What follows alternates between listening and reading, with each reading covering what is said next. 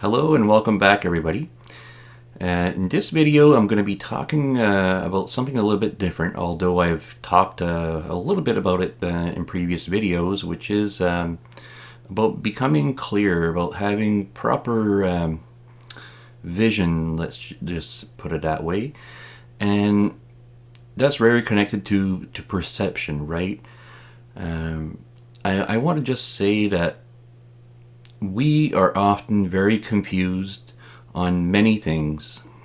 And that has to do with not being clear on who we are, what this reality is, and also what is important to us. Now, I know some people will say that I know what's important and, I'm going to be going that direction for whatever is important to me. And I will agree with that, with the caveat that we go with what we believe is important. And I mean that by saying that all our lives we've been told by many different people, society and educators and family, on what is important, how one should live a life. And for me, there's a big problem with this, which is that not everybody is the same. Some people are very artistic, other people are very, let's say, physical. And the people that are artistic, for what's important to them, is very different from people that are, very physical or athletic, if you want to put it that way. And we go about living our lives where, we've been told by many different people on what should be important in life. And I'm sure people that are around my age can relate to this, where we were told that, we needed to find a mate and then have one or two kids and, live a simple life, and both people contributed to the household, and this was how life was supposed to be like. And again, this is not for everybody. And this is what happens, is that people that are following society or their family or whatever, somebody else, and they try to follow the path that they have, in a sense, laid down for us. And your path is not the same as mine. And this goes back to knowing yourself, right? What are you all about? What are your interests? What is your personality type? And until we can dig down deep and figure out what is important to you and really get to the core of how you would find a life that would be very fulfilling, until that we can get to that point where we can understand that you have an individuality, where you are very unique in that sense. Until we can get to that core you, we will be very confused over who we are, what this life is all about, and what is important. But once that we do examine these things, and then we can start getting clear on what is your, let's say, ideal life, then we can start really stepping into your own power and your own, you can start living the life that you always have wanted. And until that we get into the point where we can say that we're taken into consideration with other people, it's not about dismissing everything that everybody else ever tells us. It's about being able to entertain an idea, or if they tell us this is important, we're able to entertain that possibility without accepting it as your ideal life or your journey, right? And that's where meditation, contemplation, examining, your inner workings. When you start to examine these things, then you can get more clear on what is important to you. And if we don't do that, most of our life will be a mess. We will depend on other people to tell us how we should live, what we should be doing, what should be important. And obviously, this is like we're living somebody else's life. And no wonder that there are so many people that are not happy because they haven't taken the time to examine who we are, what we really love, what your passions are. And we've gone by what other people have told us, and this has gotten us into, I'm not going to say messes, but it's gotten us into a life where we're not really living, in a sense. We're just going through the motions, right? We're waking up in the morning and then preparing yourself to go to work at a job that you don't like. And then, maybe you're living somewhere that you're not happy as well. And you're just doing this because you've been influenced by other people.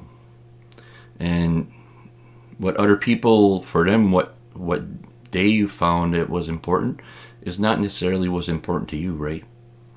So once that we start to examine and maybe contemplate or meditate over what is important and who you are, it is in a sense like we're rediscovering something that has been lost, right? And this that has been lost is the primordial you. It is the deep down you. And when we discover these things, then we can start living a life with more purpose, right? That has more meaning and enjoyment. And it's no longer about listening to other people to tell us what to do. Again, it's a good idea to not just dismiss what other people are telling us, but to find your own way. And until that we start doing the work and to start to examine these things about us and to figure out what is really the core you, how are we going to be able to figure out what is important and what is the type of life that is going to make you happy? All these things are very important if you do want to live a meaningful life, because otherwise we're just going to be stuck, repeating things that other people have told us and what society expects from us. And it's no wonder that we are a mess and that we're unhappy and, we're just going through the motions of life, and we find this life so boring and it's not feeling any passion inside of you. Now, another thing that happens when you start to examine what is important to you and who you are and all these things, it prevents us from being manipulated. Because when you start knowing yourself and you know what you're all about, what's important to you, you're not going to be able to be manipulated by people that are trying to sell you a fancy car or to buy this designer pair of shoes. You're going to be sure on what you're all about, and then you're not going to be as prone to following the herd. And at the end, for me, on the spiritual path, we need to pave our own road. We need to walk our own journey. These things are so important that you live your life as best as you can and as meaningful as you can live it. So when we start to examine and we contemplate and then we get clear on this, we will also not be as prone to, go with a new fad, to be misdirected, to fall into a trap where somebody is is selling you a way of life, a life coach that is basically designing a life where everybody is going to be so happy, right?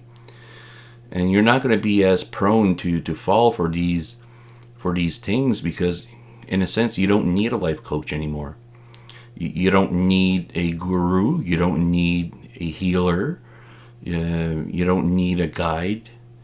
You are these things for yourself, and at the end there's nobody better qualified than yourself to determine what is important to you. And when you do find these things, then you're able to really live a life that's worth living, right? It's not just like like I said earlier, about going to a job that you don't like. It's about doing what you're passionate about. It might be about connected with nature, it might be music, it might be just all sorts of things depending on you, right? And that is a thing to discover, is what is meaningful to you, right? So I think that's it for now, and I hope that you all enjoyed this. And in the next videos, I think I'm going to go from topic to topic, because to be honest, when I talked about like the healing parts, I spent quite a bit of time, even though that for me is one of the most important parts of healing. It became, in a sense, like to focus on that, and there's much more to spirituality than just healing, right? There's a whole bunch of different things that that one should take into account. So I'm going to be jumping from topic to topic. Hopefully, it's not going to seem too scattered, or it's not going to be like it's not going to seem like it's not connected. But I'm as I said, I'm still laying down a sort of foundation. So just hopefully people will have patience with what I'm going to cover. So as I've said many other videos, if you have any questions or comments, go ahead and post them in the comment section. Like it if you liked it, and until next time.